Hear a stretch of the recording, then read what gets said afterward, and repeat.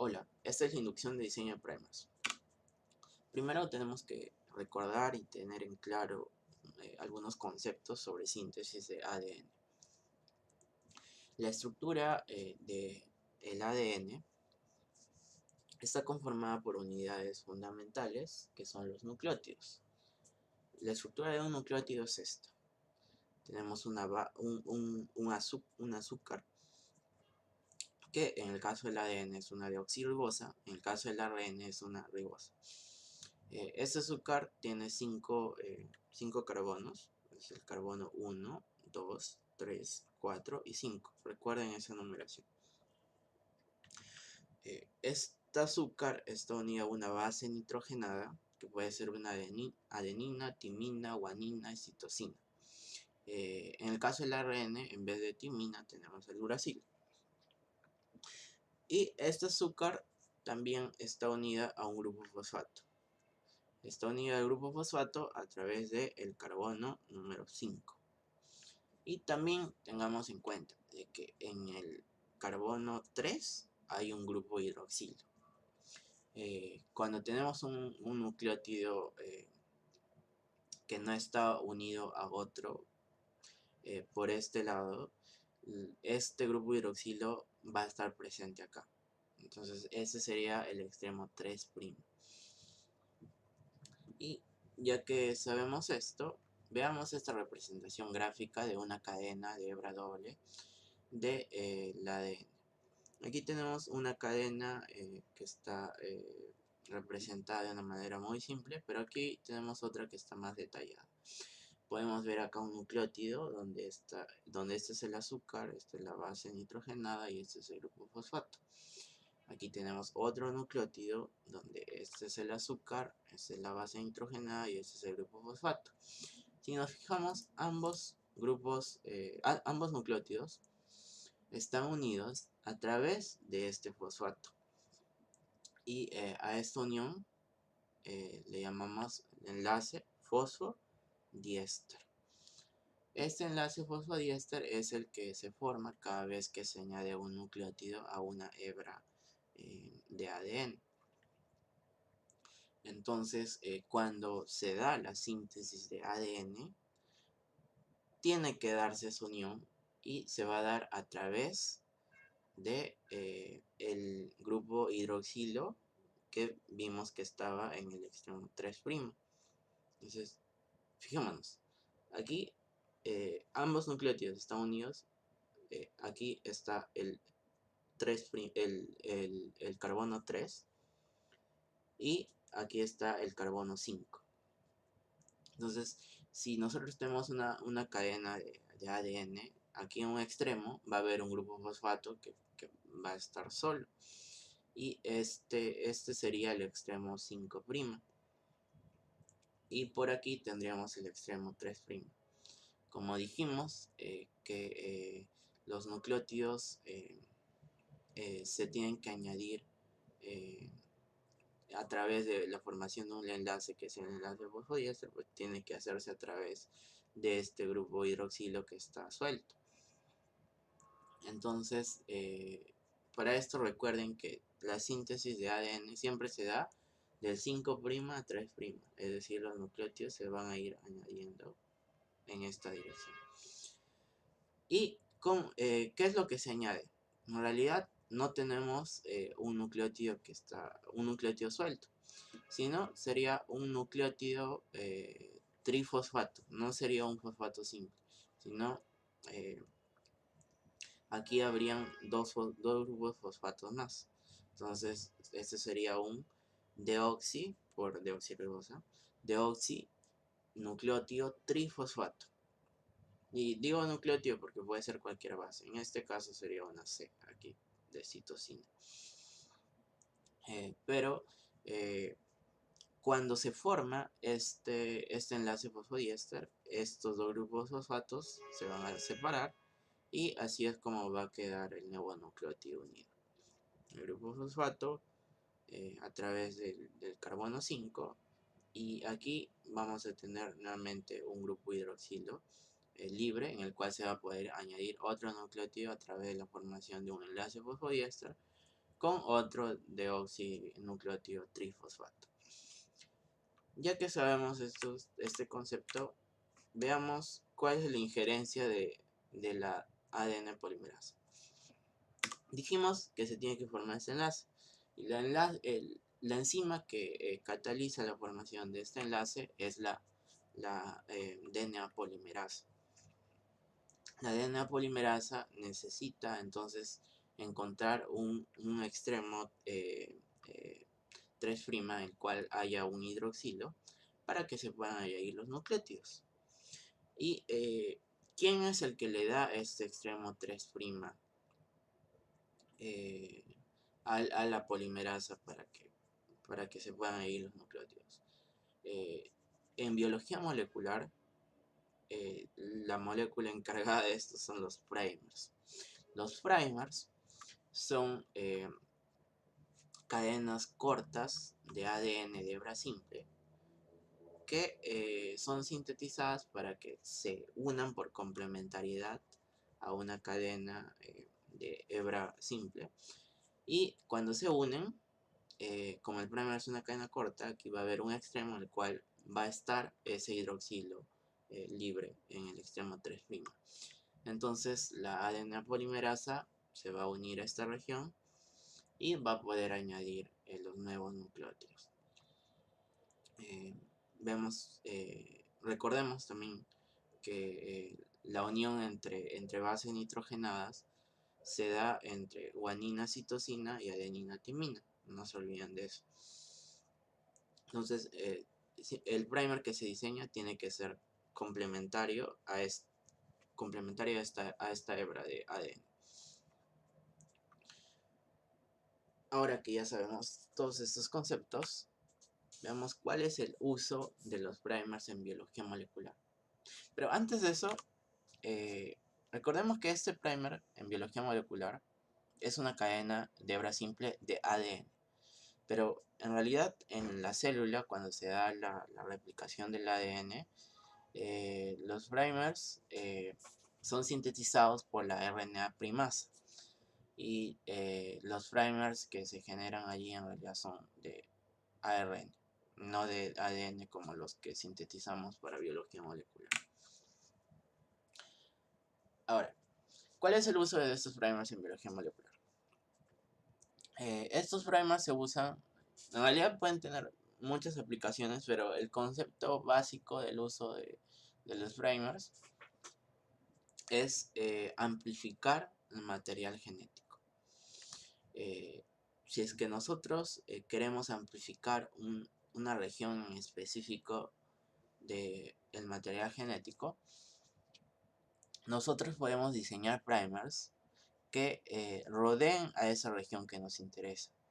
Diseñamos dos primers para que delimiten la región.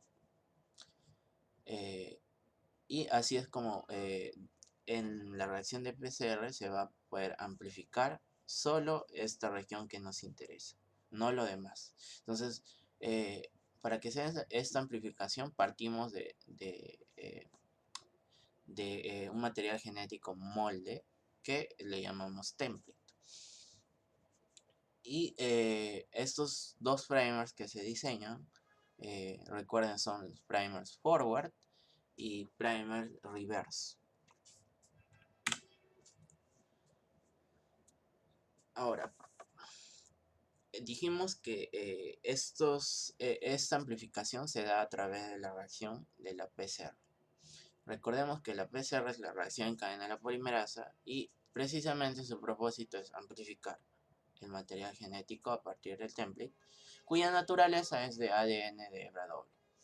La PCR tiene tres pasos. El primer paso es el paso de denaturación, en el cual el template se expone a temperaturas altas para que esta cadena de hebra doble se separe en cadenas de hebra simple. ¿Por qué debe suceder esto? Porque en el siguiente paso, que es el paso de annealing o paso de hibridación, los primers tienen que unirse a estas cadenas de hebra simple.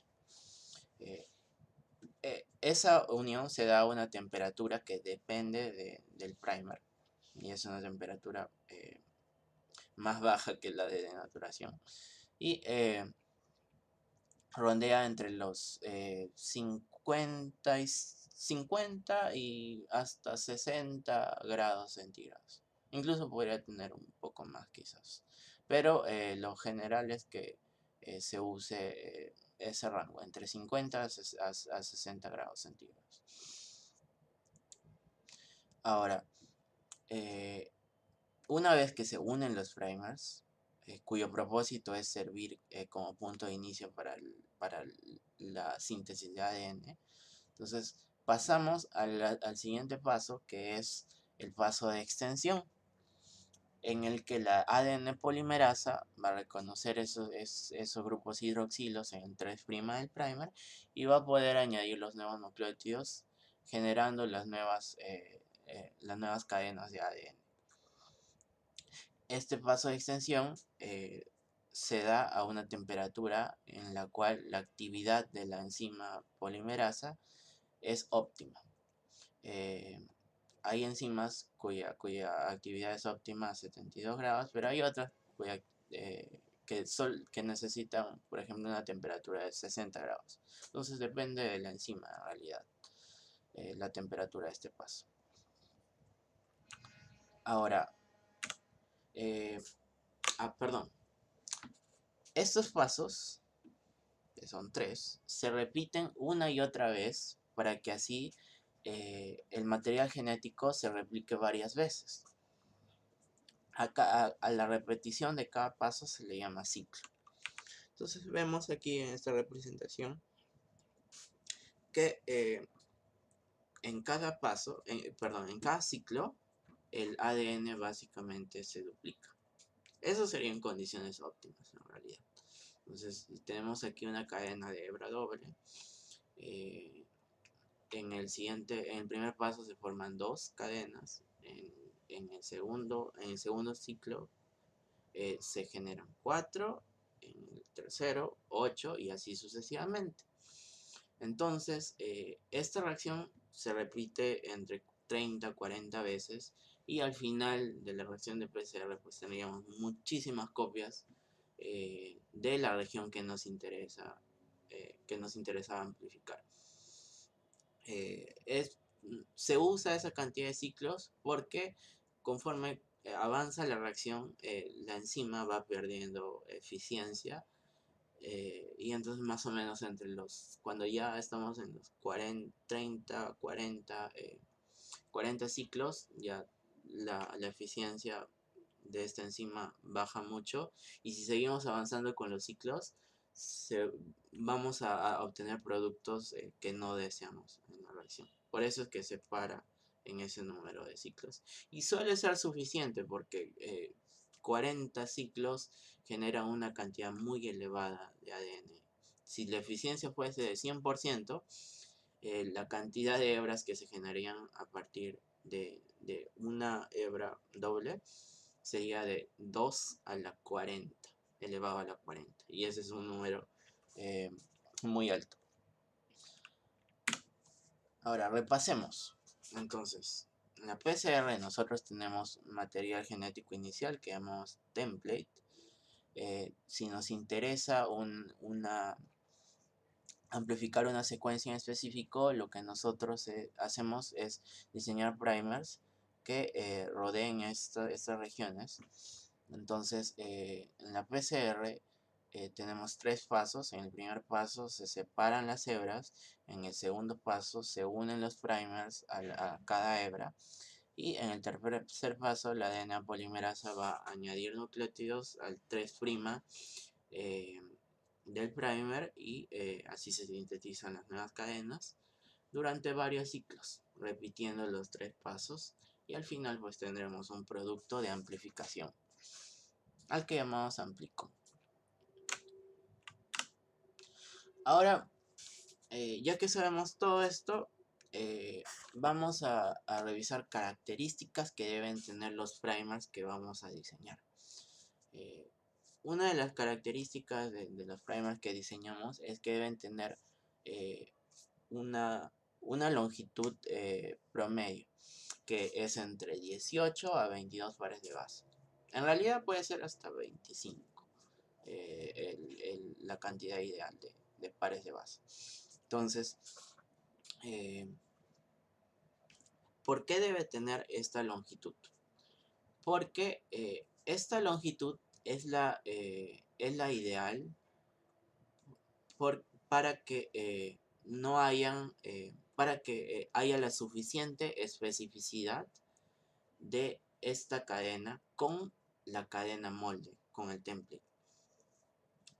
Recordemos que el template puede ser un genoma entero. Entonces, si es que nosotros diseñamos un primer que sea muy corto, como son menos números de base, es probable de que estas bases, de que la secuencia de estas bases se encuentre también en otros lugares del genoma o del template ajenos a la secuencia que nos interesa. Entonces se van a amplificar regiones que no nos interesan si es que nuestro primer fuese muy corto. Esta longitud es la suficiente para que haya para que por probabilidades haya para que haya mayor especificidad entre nuestro primer y el template. También, si es que fuese muy largo nuestro primer, ¿qué es lo que pasaría? Para esto hay que tener en cuenta un concepto de que no es necesario que todo el primer, de que toda esta cadena se una al template para que se amplifique el ADN. Recordemos, lo que interesa es el extremo 3' porque es el hidroxilo, ¿verdad? Entonces, si es que nuestra cadena es muy larga, solo basta con que el 3' se una al ADN para que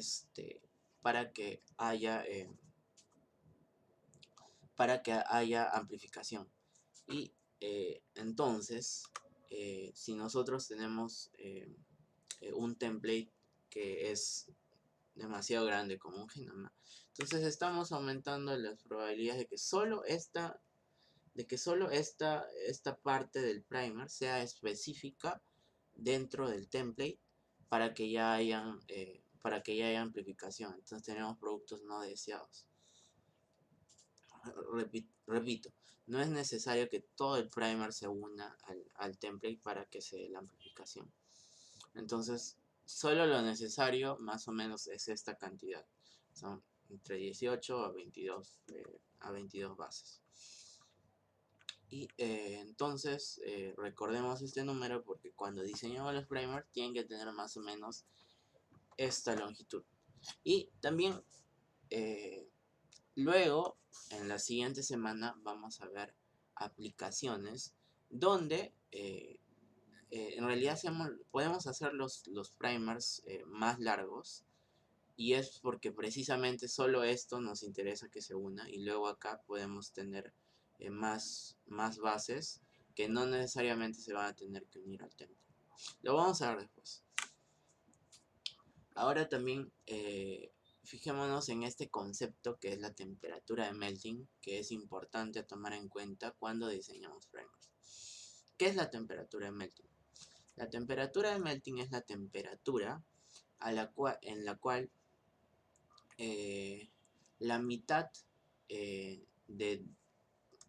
los primers están unidos al template y la otra mitad está separada del template. ¿Por qué es importante esto? Saber esta temperatura. Porque nosotros queremos que en el paso de annealing nuestros primers estén unidos al template. Entonces debemos darle una temperatura adecuada para que se dé esa unión. Y como nosotros tenemos dos primers, en realidad cada primer tendría su propia temperatura de melting. Si nosotros queremos que la eficiencia de la reacción sea buena, pues tenemos que hacer que más o menos cada primer amplifique cadenas a una frecuencia similar. Entonces las temperaturas de melting de los primers no pueden estar muy separadas porque la temperatura de anillo que vamos a usar va a ser solo una. Entonces, como regla, la diferencia entre las temperaturas de melting de los primers no puede ser mayor a 3 grados. En realidad ese es el ideal, que no estén separadas por más de 3 grados centígrados. En casos extremos quizás se podría permitir de que la diferencia sea un poco mayor a este límite.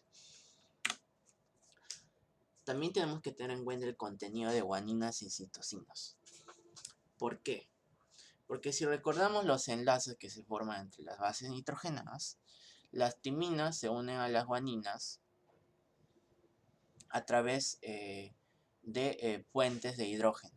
Son fuerzas intermoleculares.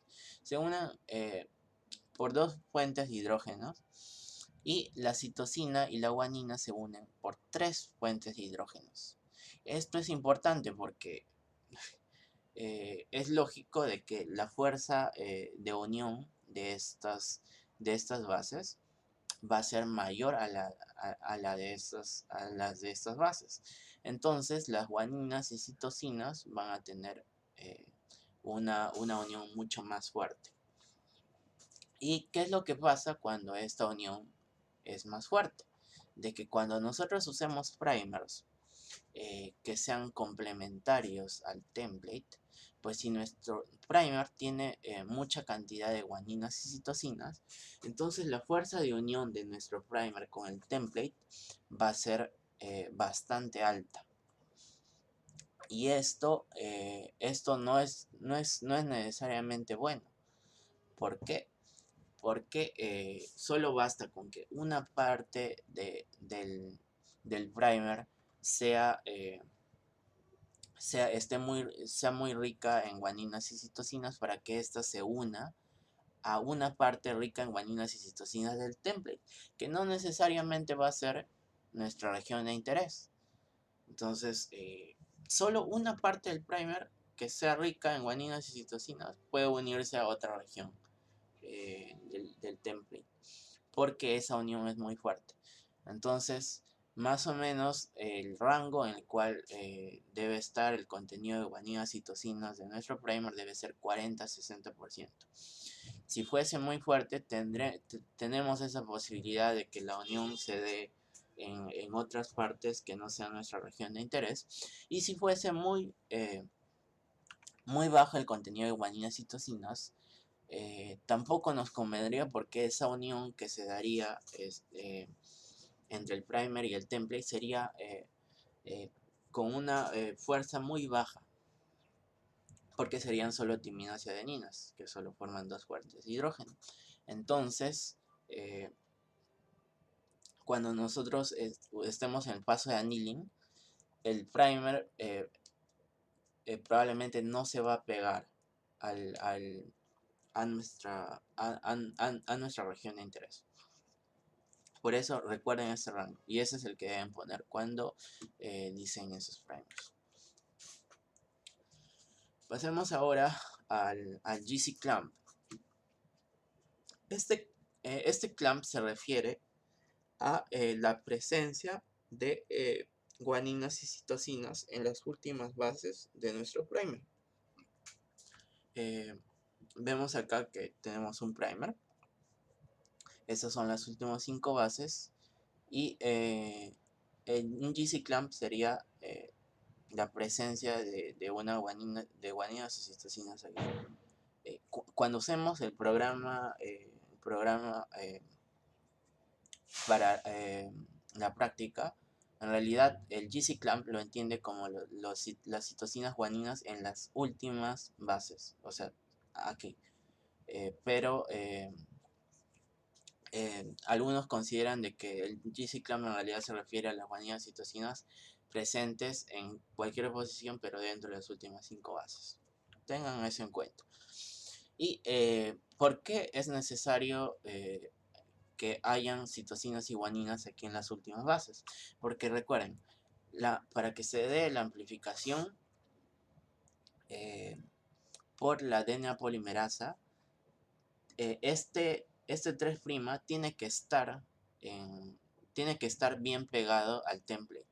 Entonces, para favorecer esa unión del primer, justo en esa parte, tenemos que ponerle al menos una o dos guaninas citosinas para que la unión sea mayor.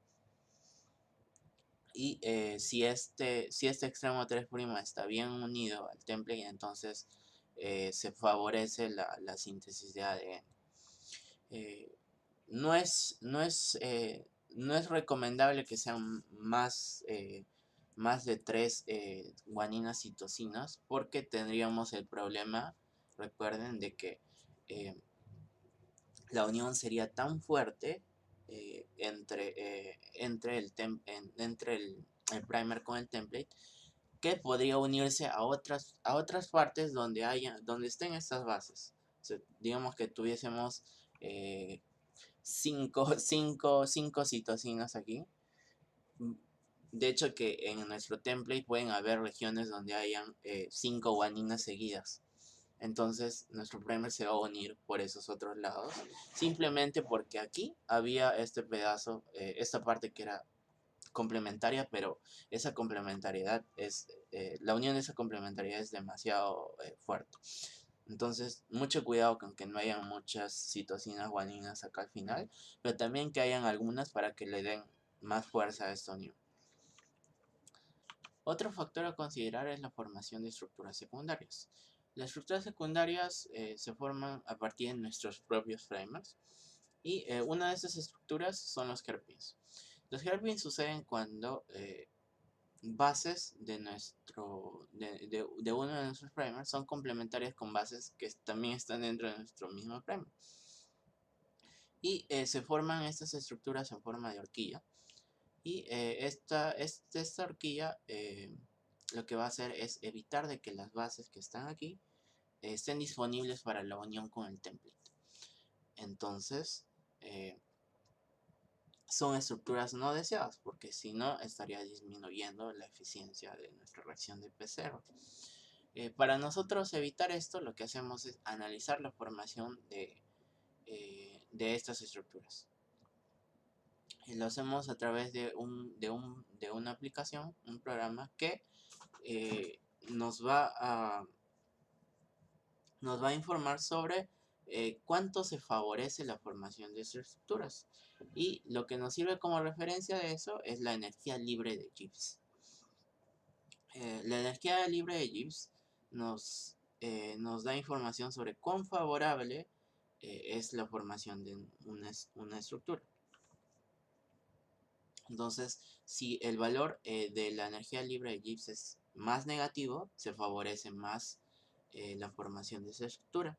Si fuese positivo, sería desfavorable. Entonces, nosotros no queremos que un valor sea más negativo, porque es más favorable la formación de esto. Como límite para la formación de estructuras hairpin, tenemos este valor. Este es el valor ideal en realidad. Menos 2 kilocalorías por mol. Se puede tolerar hasta menos 3 kilocalorías por mol, pero un valor más bajo que eso, es decir, menos 4, menos 5, ya es un valor que no podemos aceptar, porque se favorece demasiado la formación de estas estructuras. Entonces, podemos tolerar menos 2, menos 1 y valores positivos. En realidad lo que queremos son valores positivos para que no se favorezcan esas estructuras. Algo similar sucede con las otras estructuras que vamos a ver más adelante en la siguiente diapositiva. Así que recordemos ese concepto sobre energía libre de Gibbs, en el cual un valor más negativo es más favorable.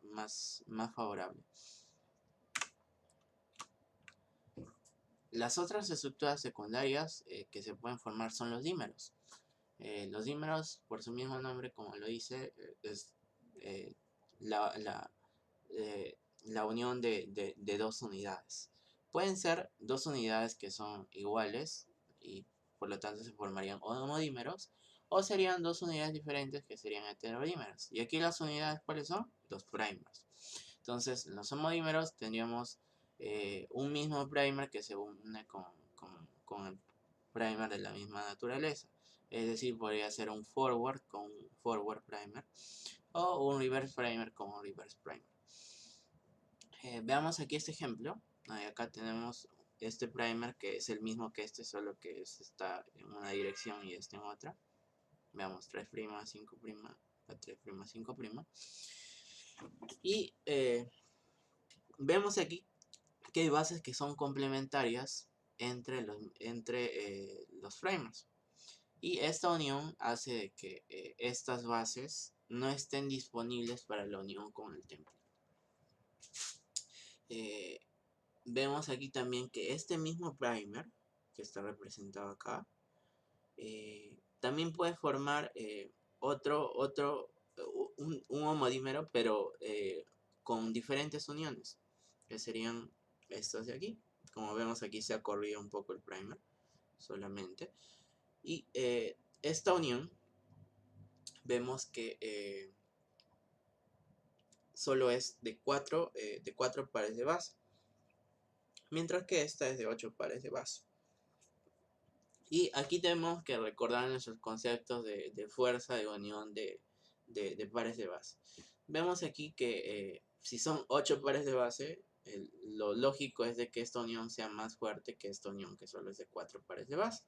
Además, fijémonos también el contenido de las bases. Aquí vemos que solo hay adeninas y timinas. Y estas uniones son bastante débiles. Por lo tanto, en realidad este homodímero no sería muy favorable que se forme. Sin embargo, este sí, porque hay guaninas con citosinas, citosinas con guaninas aquí. Por lo tanto, debemos, cuando veamos la formación de estos dímeros, tenemos que ver la composición. En realidad, el análisis que vamos a hacer con la aplicación ya va a tomar en cuenta estas uniones para determinar estos valores de la energía libre de Gibbs. Ahora, acá veamos un ejemplo de heterodímero, donde aquí tenemos un forward con un reverse. Y vemos de que hay una unión aquí justo en este extremo 3' del primer. Esta unión es de 6 pares de base, es decir, debería ser una unión fuerte. Además vemos que hay 2 guaninas, una citosina, es decir, la unión sí va a ser relativamente fuerte. Así que este tipo de estructuras no las queremos. Y precisamente fíjense aquí de que esta estructura, esta unión se va a dar justo en el 3' del primer. De un primer, porque el otro está más o menos por el 5'.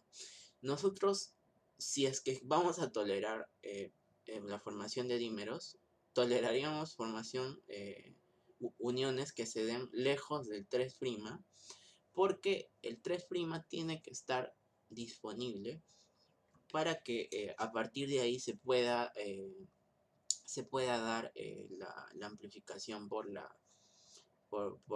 DNA polimerasa. Sin embargo, si tenemos justo acá una unión en este extremo 3', entonces eso quiere decir que van a haber nuestros extremos 3' de los primers van a estar menos disponibles, y eso es lo que no queremos.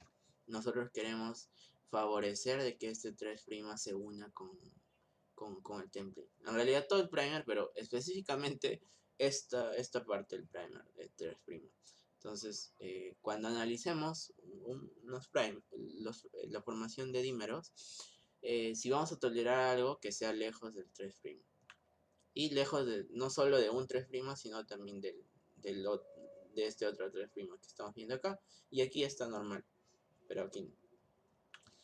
Vemos acá este otro ejemplo donde tenemos una unión de 5 pares de base, 2 son citosinas guaninas y los otros son adeninas timinas.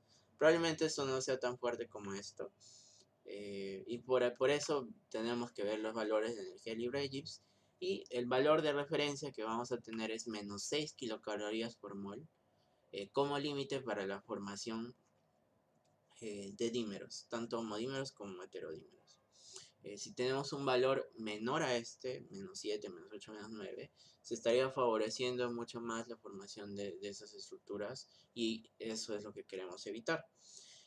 Dependiendo de la aplicación, se podría tolerar un valor un poco más bajo que esto.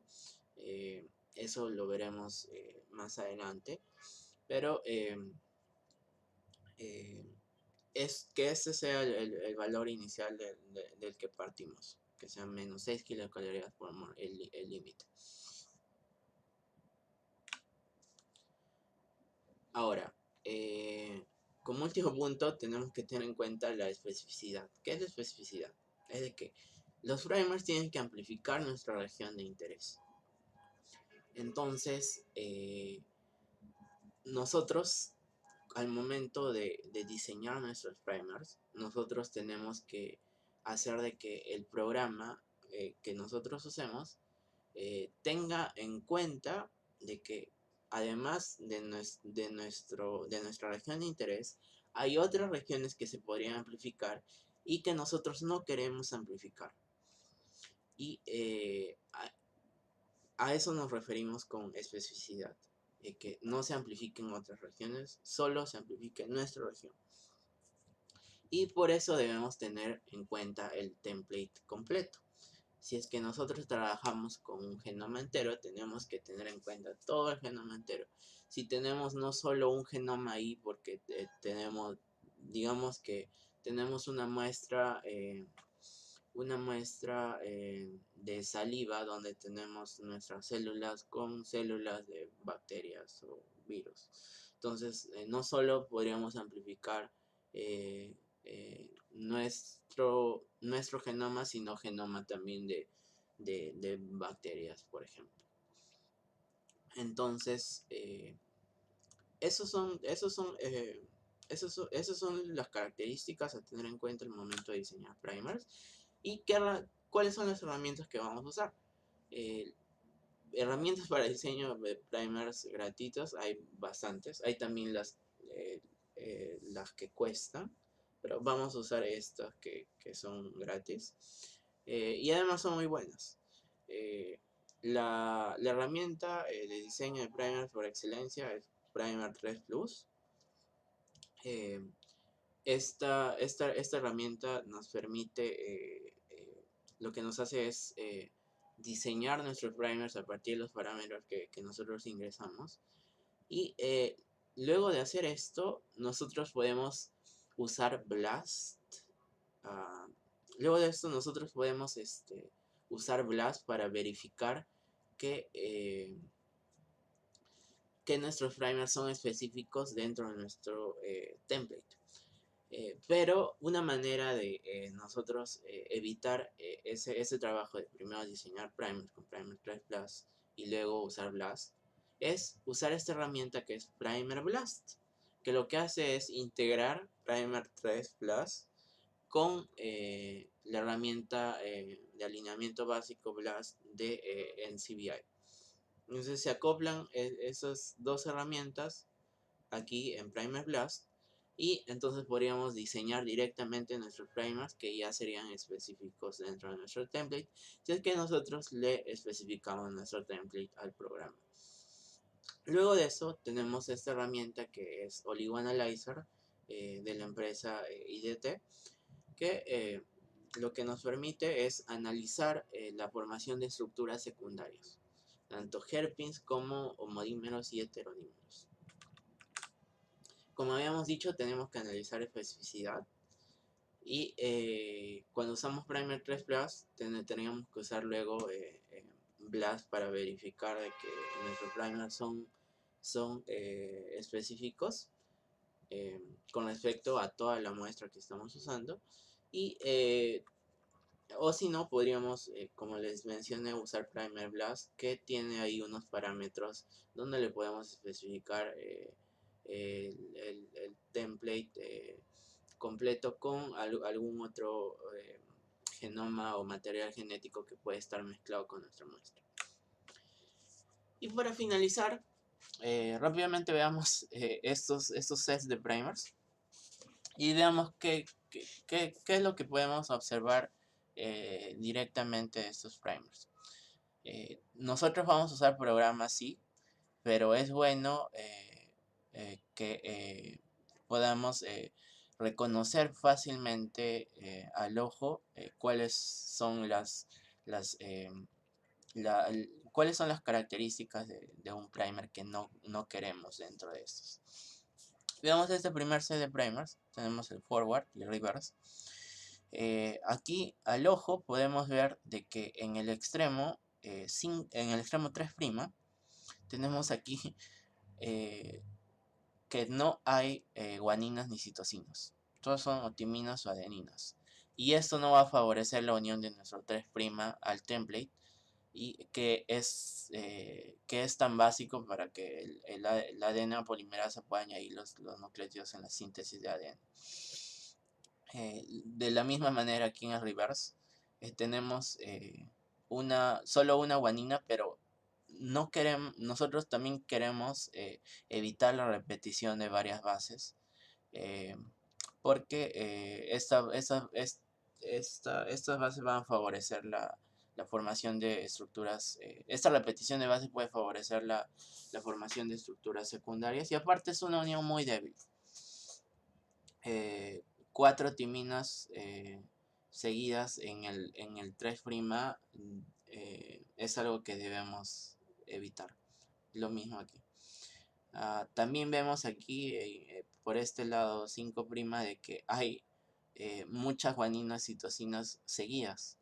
Recordemos que este tipo de secuencias tampoco es conveniente, porque si hay una región que tiene esta secuencia la secuencia complementaria a esta, entonces va a ser una unión tan fuerte que nuestro primer se puede pegar en otras regiones ajenas a nuestra región de interés, y desfavoreciendo la unión entonces de nuestros primers a las regiones donde queremos que se unan. Veamos este otro set de primers, donde al ojo también nos vamos primero a este aquí. Este en realidad al ojo se ve más o menos bien. Tenemos 3 guaninas citosinas en el extremo 3', en las últimas 5 bases. No tenemos repeticiones de muchas bases y repeticiones seguidas, perdón. Y entonces nos vamos a ver reverse. Y vemos aquí que en el 3' tenemos 5 guaninas seguidas de una citosina. Y eso es algo que no debería pasar dentro de un primer. Porque, pues lo mismo que dijimos acá, de que solo basta con que esta parte sea complementaria encuentre una región complementaria en cualquier otra parte del template para que se una ahí, y ya no amplifique a partir de nuestra región de interés, sino a partir de otra, y a eso le llamaríamos una inespecificidad. Entonces este primer descartado. Tengo que decirles que a veces a veces se puede permitir de que ocurra este tipo de cosas, porque puede suceder de que se dé la unión. Esta unión va a ser débil, pero puede suceder en nuestra reacción de PCR si le damos condiciones adecuadas. Normalmente querríamos evitarlas, pero hay casos en los que no se pueden diseñar primers tan buenos. Entonces, cada vez que nosotros veamos de que no podemos encontrar primers buenos, vamos a ir disminuyendo la rigurosidad de nuestros parámetros. Entonces se pueden pedir varios primers y probar si es que funcionan o no. Pero en teoría este primer, por ejemplo, no se debería usar. Nunca. Porque esto nos va a dar inespecificidades muy fuertes. Y eso es todo. Muchas gracias.